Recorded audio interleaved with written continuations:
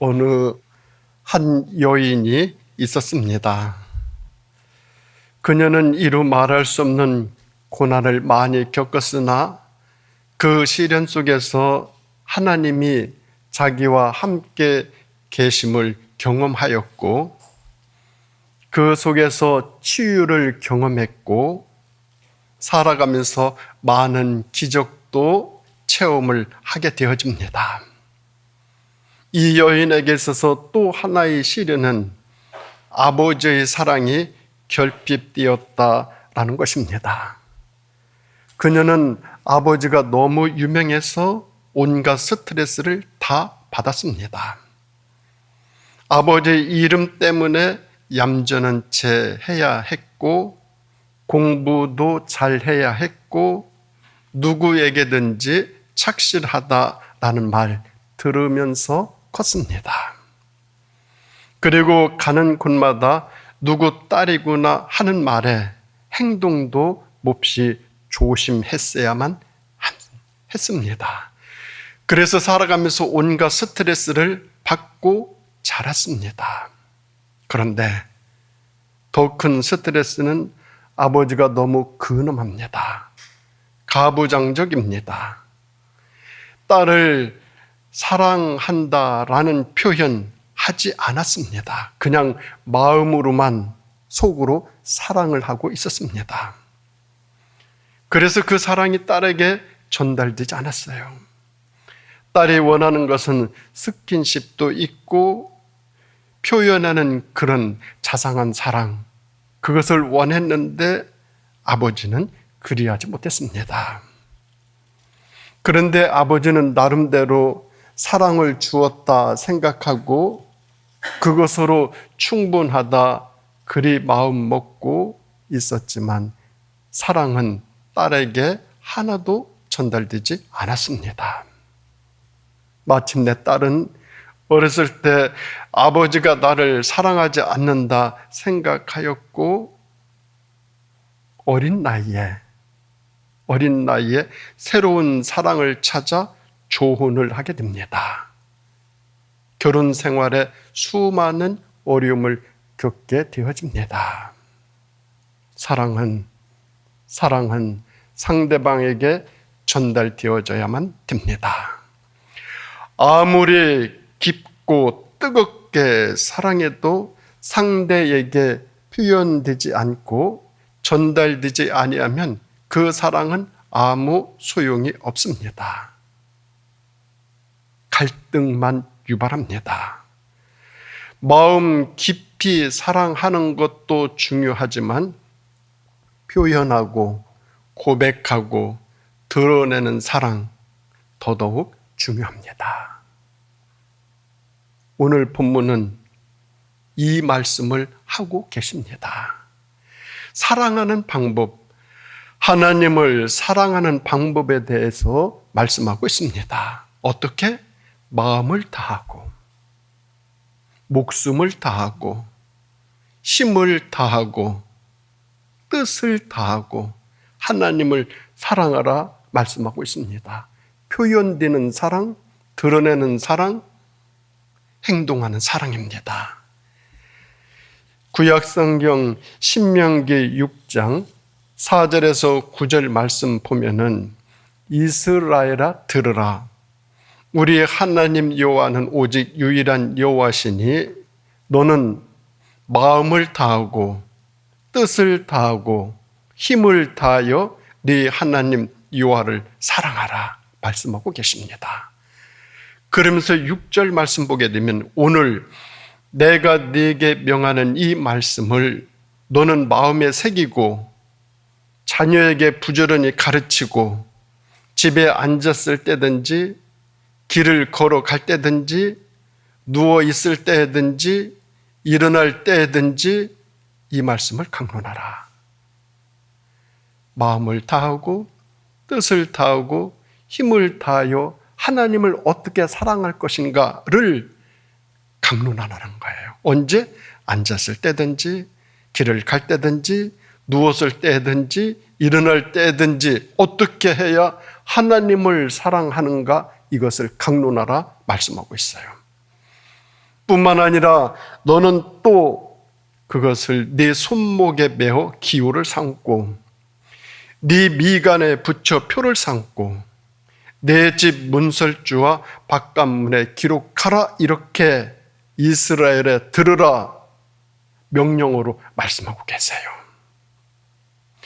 구약 신명기에서도 오늘 본문에 있는 말씀과 똑같이 명령으로 말씀하세요. 오늘 본문에 있는 말씀도 명령어로, 구약 성경 신명기에서도 명령어로 말씀하는데, 이는 그리스도인의 근본적인 의무라는 거예요. 이 말씀은 근본적인 의무이기 때문에 반드시 자손들에게 이 사랑하는 법을 가르치라 강조하고 있어요. 이 말씀이, 이 본문의 말씀, 구약 성경 신명기 6장 4절에서 9절 말씀이 이스라엘의 쉐마가 되어집니다. 유대인 자녀 교육의 기본이 되어집니다. 오늘날 기독교 교육의 근본이 됩니다. 나타내고 표현되고 고백하는 사랑이 기독교 교육의 사랑하는 방법이에요. 속으로 깊이 사랑하는 것도 중요하지만 고백하는 사랑이 더 중요한 사랑이에요. 아무리 사랑하는 그런 마음이 깊고 많아도 사랑한다라고 고백하지 않으면 아무 의미 없어요. 고백하는 사랑이 용기 있는 사랑이에요. 고백하는 그 사랑이 사랑을 쟁취할 수 있어요. 고백하지 아니하는 사랑은 사랑 하나도 쟁취하지 못해요. 그렇지 않습니까? 내가 아무리 누구를 사랑하고 좋아해도 고백하지 않으면 이어지지 않아요. 고백을 해야 되죠. 오늘 본문은 이것을 강조하고 있습니다. 오늘 본문을 보면은 하나님을 사랑하는 법 4가지 단어로 설명하고 있어요. 마음을 다하고, 목숨을 다하고, 뜻을 다하고, 힘을 다하여 하나님을 사랑하라. 여기서 4 단어, 마음, 목숨, 뜻, 힘은 모든 인간이 지니는 가장 소중한 인격을 담고 있어요. 하나도 소홀히 할 수 없는 그런 단어들이에요. 즉 하나님을 사랑할 때는 이 인격을 다 동원해서 사랑하라라는 말씀이에요. 또 이 말씀은 하나님을 사랑하되 형식적으로 사랑하지 말라라는 뜻이기도 해요. 그리고 또 한 가지 특이한 것은 이 4 단어 바로 앞에 다라는 부사가 붙어 있어요. 마음을 다하고, 목숨을 다하고, 뜻을 다하고, 힘을 다하여 사랑하라라는 것이에요. 이 다라는 헬라어는 홀레스라는 말인데 전의지적이라는 뜻이에요. 즉 혼을 다하여라는 뜻입니다. 영혼을 다하여라는 말입니다. 우리 하나님은 전의지적인 사랑, 영혼을 다하는 사랑, 그런 사랑을 원하셔요. 건성건성, 대충대충, 두루뭉술, 얼렁뚱땅 원하지 않으셔요. 다하는 사랑을 원하셔요. 우리 하나님은 그런 사랑을 원하셔요. 그런 사랑을 원하셔요.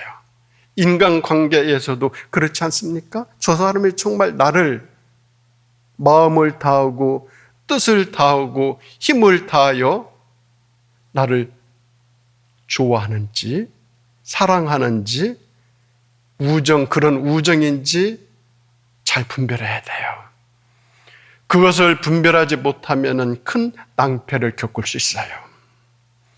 그리고 본문에서는 이웃을 사랑하는 법도 말씀하고 있는데 이웃을 사랑하는 법에는 이 4 단어가 빠져 있어요. 본문의 정신으로 본다면 이웃을 사랑할 때도 하나님을 사랑하는 기준으로 사랑하라라는 뜻이에요. 이런 사랑의 방법을 한마디로 표현한다면 영혼을 다하여 마음을 실어서 사랑하라라는 뜻이에요. 즉, 하나님을 사랑할 때나 이웃을 사랑할 때나 모두 마음을 실어서 사랑하라는 거예요. 마음이 실려 있어요. 영혼이 실려 있어요. 거기에 뜻이 실려 있어요. 어떤 목적이 실려 있어요. 그러면 달라요. 사랑도 마음이 실린 사랑이 있습니다. 무슨 일에 마음이 실리면 뜨거워져요. 생동감이 있어요. 감동이 있어요. 생산적이 되어져요. 어떠한 조직도 마음이 실린 조직일 때 잘 움직여요. 잘 움직여요. 마음이 실린 사랑이 더 잘 움직여요. 마음이 실리는 사랑이 어떤 사랑인가 하면은 하나님께 드리는 번제물과 제물을 드리는 것보다 낫다라고 예수님께서 말씀하고 계세요. 아무리 많은 번제물, 아무리 많은 제물을 드린다 하더라도 오늘날로 말하면 아무리 오랫동안 신앙생활하고 아무리 자주 예배를 드리는 것보다도 마음이 실리는 사랑이 훨씬 낫다. 이것을 예수님께서는 말씀하고 계세요. 살아가면서 대충 두루뭉술 얼렁뚱땅 아무리 그렇게 오래 해봤자 아무 소용없어요. 단 한 번 제대로 하는 거예요. 우리 살아가면서 한 번 마음을 다하고 뜻을 다하고 힘을 다하여서 정말 죽을 힘을 다해서 한번 학생이라면 그렇게 공부하고 사업가라면 그렇게 사업하고 그렇게 내가 목적하는 바를 그렇게 한번 해본다면 그거 이루어져요. 그런데 왜 실패하느냐? 왜 안 되느냐? 시간만 보내요. 어떻게? 얼렁뚱땅, 두루뭉술, 대충대충 그냥 습관적, 관습적, 형식적으로 임해요. 아무리 그렇게 공부를 해도 성적이 안 오르죠. 아무리 그렇게 사업을 오래 해도 사업이 안 되죠.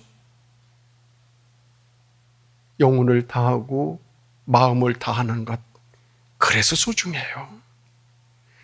우리 주님께서도 마음이 실리는 사랑이 하나님께 드리는 번제물과 제물 드리는 것보다 낫다라고 하면서 그 사람이 하나님 나라에서 멀지 아니하구나. 네가 하나님 나라에 가까이 있구나 인정하는 거예요.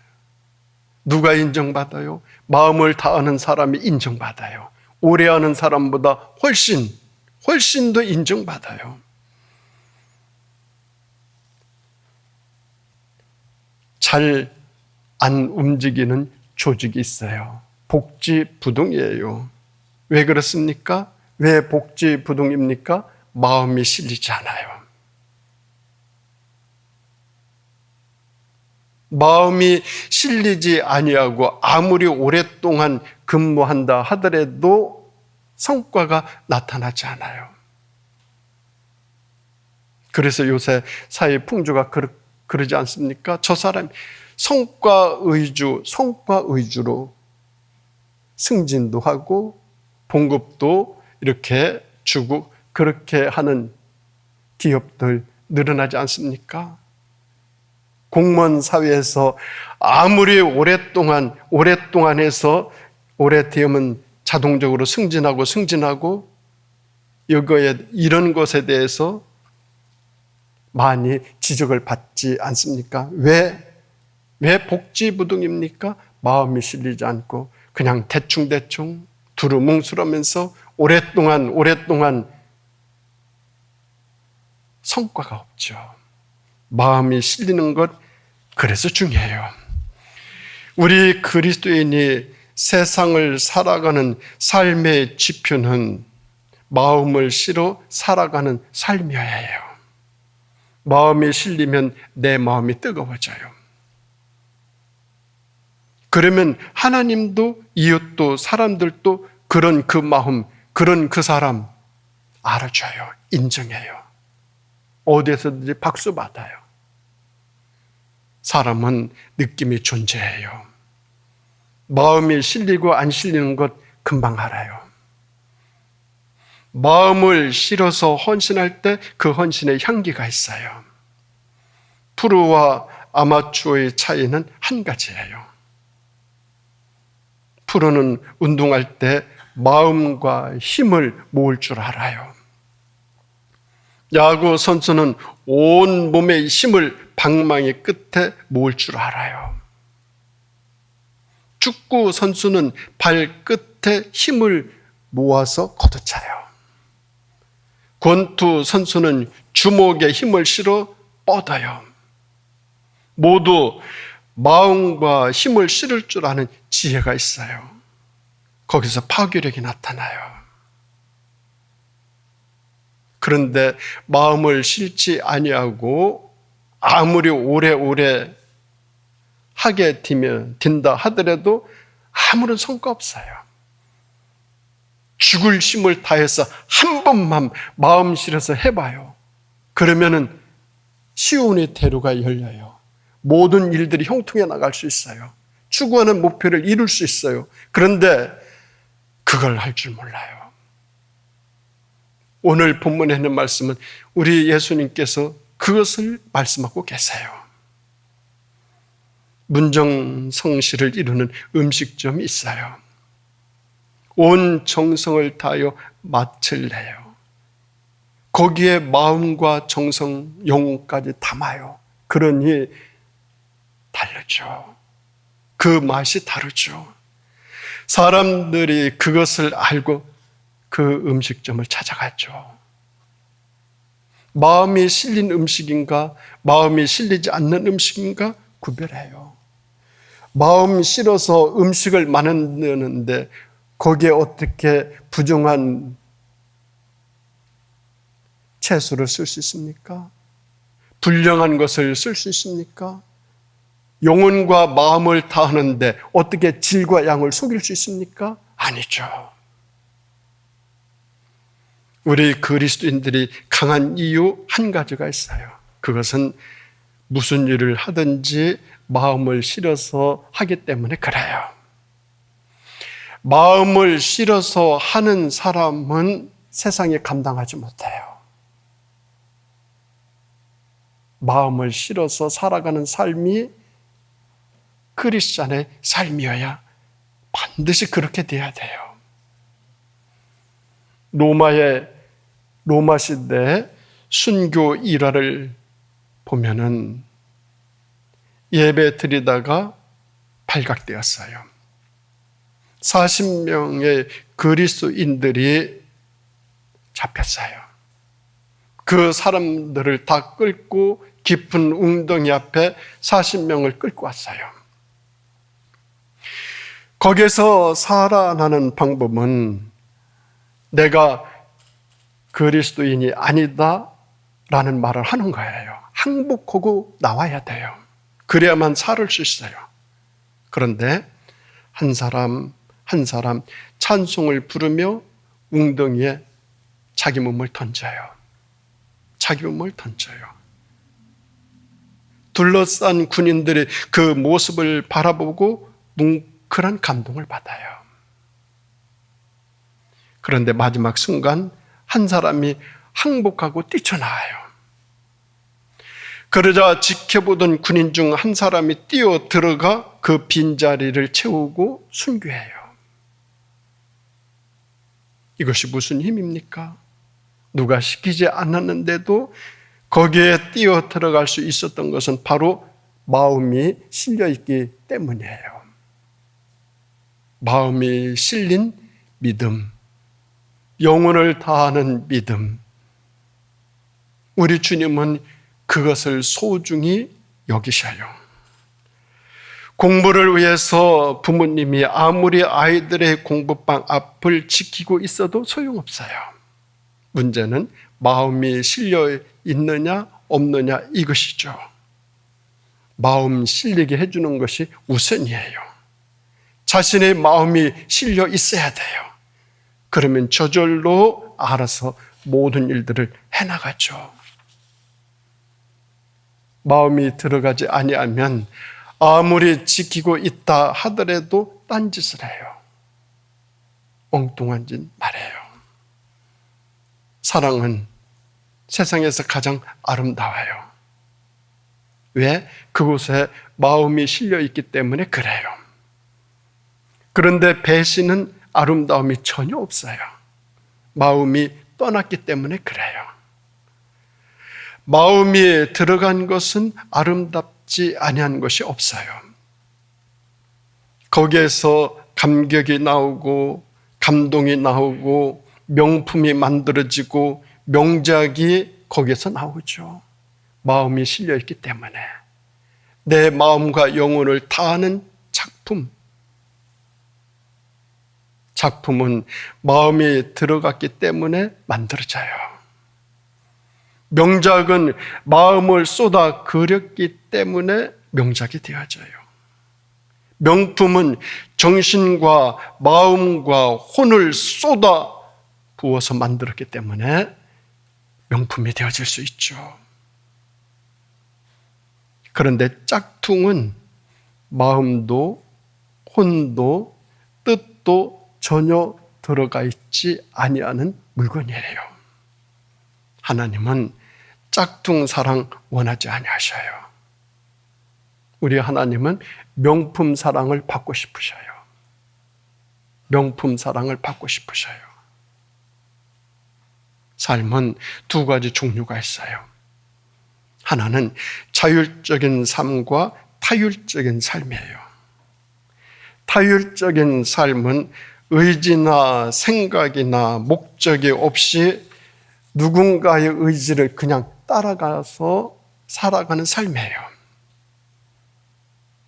타율적인 삶을 살아가는 사람은 남이 시켜야 일을 해요. 남이 시키지 아니하면 할 줄 몰라요. 그 사람은 시켜야만 일을 할 그런 사람이에요. 얼마나 답답해요. 시켜서 일하는 삶은 항상 종으로 노예로 살아가요. 왜? 노예 근성이 있기 때문에, 종의 근성이기 때문에 그렇게 살아갈 수밖에 없어요. 그렇게 살아가면서 잘 사는 사람 보고 불만을 터뜨려요. 불만 터뜨리기 전에 그렇게 살아간 것을 버려야 되죠. 그런데 버리지 아니하고 그렇게 살아가면서 자기보다 나은 사람들 시기 질투하고 불만과 불평을 쏟아놓는다? 자기 얼굴에 침 뱉는 것이죠. 그러나 내 영혼과 마음이 실려 있는 자율적인 삶은 내 의지와 의식과 목적이 뚜렷하게 들어있는 삶을 살아가요. 이 자율적인 삶은 내가 알아서 해요. 찾아서 일을 해요. 이 사람은 자기 인생의 주인공이 되어져요. 자긍심도 커요.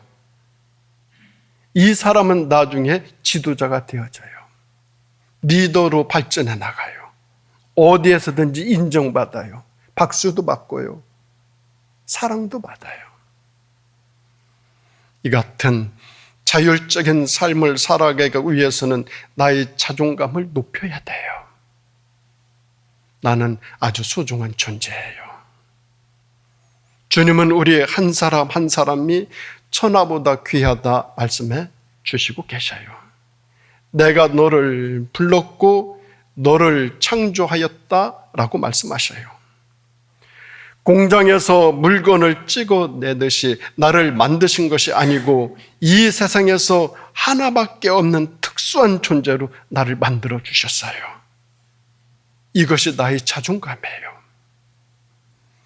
내 자존감이 없으면 나는 결코 높아지거나 값 있는 존재로 살아갈 수가 없어요.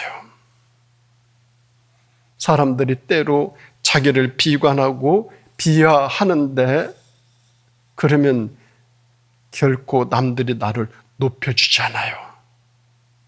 남들은 그런 나를 더 무시해요. 깔봐요. 스스로 비하하고 무시하는데 어느 누가 나를 귀하게 여겨주겠습니까? 내 자존감은 내가 가져야 돼요. 내가 지켜야 돼요. 내가 높여야 돼요. 그렇게 내 자존감을 높이려면 반드시 내게 주어진 은사를 개발해야 돼요. 하나님께서는 우리 모두 각자에게 맞는 은사를 다 주셨어요. 그리고 그 은사를 가지고 이 세상을 살아가라는 인생의 시간도 다 주셨어요. 너는 5년만 살아라. 너는 1년만 살아라. 너는 100년 살아라. 너는 150년 살아라. 그렇게 하지 아니하셨어요. 각자에게 다 은사를 주셨고 은사를 개발해서 살아갈 수 있는 시간까지도 다 주셨어요. 우리는 그 시간이 다 되면 우리는 인생을 마치게 되죠. 그래서 우리는 주어진 은사를 빨리 발견해야 돼요. 그리고 빨리 그것을 발전시켜 나가야 돼요. 그래야 그 삶이 행복해질 수 있고 의미가 있고 보람 있는 삶을 살아갈 수 있어요. 그것을 발견한 사람은 밤새워 일을 해도 하나도 안 피곤해요. 수많은 일들을 해내도 기뻐요. 힘든 거 하나도 없어요. 그런데 은사를 발견하되 가치 있고 보람 있고 빛이 나는 은사를 발견해야 돼요.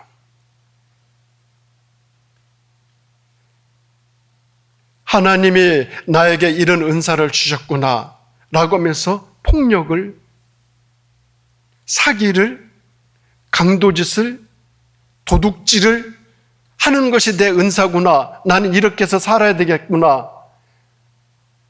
그건 자기를 파멸시켜 나가는 거죠. 하나님이 나에게 은사를 그 주신 은사를 가치 있게, 보람 있게, 빛이 나게 그것을 개발시켜 나가야 되죠. 뿐만 아니라 남들과 비슷비슷한 은사라면 빛이 나지 않아요. 차별화시켜 나가야 돼요. 나를 차별화할 만큼 내 은사는, 내 삶은 빛이 나요. 나에게 빛나는 은사가 없다? 그러면 차별화라도 시도해야 돼요. 어떻게? 출근이라도 남들보다 좀 일찍, 제일 먼저 하는 거죠. 남들보다 일찍이요. 누군가의 의지로 그렇게 살아가는 삶이 아니라 좀 더 차별화된 삶을 살기 위해서는 내가 먼저 그런 것에 마음을 가지고 영혼을 싣고 행동도 하면서 그렇게 차별화시켜 나가야 되죠. 상사의 일찍 출근해서 상사의 책상도 정돈해줘요. 동료들의 책상도 치워줘요. 모든 일 정리정돈 잘하고 제일 늦게 퇴근합니다. 차별화를 시도하려는 그런 모습이 있죠. 한 가지 예죠. 한 가지 예. 똑같이 모든 사람들이 같은 은사로 살아갈 수는 없어요. 그래서 우리는 살아가면서 하나님이 내게 주신 은사를 가지고 차별화시켜 나가는 거예요. 어떻게? 가치 있는 차별화, 보람 있는 차별화, 보다 빛이 나도록 차별화시켜서 하나님이 내게 주신 인생 그 기간을 그렇게 살아간다? 그것이 힘을 다하고 마음을 다하고 뜻을 다하는 그런 삶의 모습 아니겠습니까? 그러면 평가를 받죠. 그런 삶을 살아가는 그 삶은 평가를 받아요. 어떤 평가? 좋은 평가. 내게 주어진 은사를 보다 가치 있고 의미 있고 보람 있게 사용되어질 때 하나님께서는 세상 사람들은 모든 이들은 그를 알아봐줘요. 그의 모습을 알아봐줘요. 이러한 삶이 영혼을 다하는 삶이고 마음을 실어서 살아가는 삶의 모습이에요. 영혼을 다하고 마음을 다할 때 우리는 이렇게 해야 되겠구나, 이렇게 해야 되겠구나. 자꾸 그런 것이 생각이 나요. 그렇게 살아가는 것. 그렇게 살아가는 것이 하나님께 번제물을 드리는 것과 제물을 드리는 것보다 훨씬 더 낫다. 누가? 예수님이 그렇게 인정하셨어요. 하나님 앞에 아무리 예배를 많이 드리고 하나님께 아무리 많은 제물을 드린다 하더라도 마음을 다하고 영혼을 다하고 그렇지 않은 삶보다 그렇게 살아가는 사람이 훨씬 더 소중하다는 거예요. 아무리 오랫동안 아무리 많이 하나님께 제물 드리고 무엇인가 하고 그 어떤 것을 하는 것보다 마음을 다하고 뜻을 다하고 정성을 다하고 힘을 다하여서 하나님을 사랑하고 이웃을 사랑하는 삶이 훨씬 더 소중하다. 그렇게 살아가는 사람은 하나님 나라에 멀지 아니하구나라고 예수님이 인정하고 계세요. 하나님 나라에 가까이 다가가는 삶은 어떤 삶인가? 마음을 다하는 사랑이에요. 하나님이 내게 주신 삶을 마음을 다하여 살아가는 그런 삶이에요. 그 사람이 지혜로운 믿음이에요. 그 믿음이 참으로 지혜로운 믿음이에요. 사랑하는 우리 성도 여러분, 이제 가을로 점점 다가가고 있습니다. 이 가을에 영혼을 다하는 사랑으로 마음을 실어서 살아가는 자율적인 삶으로 우리 삶을 살아나갈 때 그 삶은 하나님의 나라에서 멀리 있지 아니할 것입니다. 이 가을에 우리의 믿음을 잘 익혀서 하나님 나라에 성큼 다가가실 수 있기를 예수님의 이름으로 축원드립니다. 기도하시겠습니다. 하나님 아버지 감사드립니다. 하나님이 저희들에게 은사를 주셨고 그 은사를 개발하여 살아갈 수 있는 인생의 시간을 주셨고 하나님의 자녀라는 특별한 은혜와 사랑을 입은 저희들 오늘 주신 말씀대로 정말 마음과 영혼을 실어서 하나님이 주신 귀하고 복된 삶 꼭 그렇게 살아갈 수 있도록 인도하여 주시옵소서. 그렇게 살아서 하나님 나라에 성큼 다가가 하나님이 하늘에서 하나님의 뜻이 이루어진 것 같이 저희들도 이 땅 위에서 하나님의 뜻을 실현시켜드리며 살아갈 수 있도록 축복해 주시기를 예수님의 이름으로 간절히 기도드립니다. 아멘.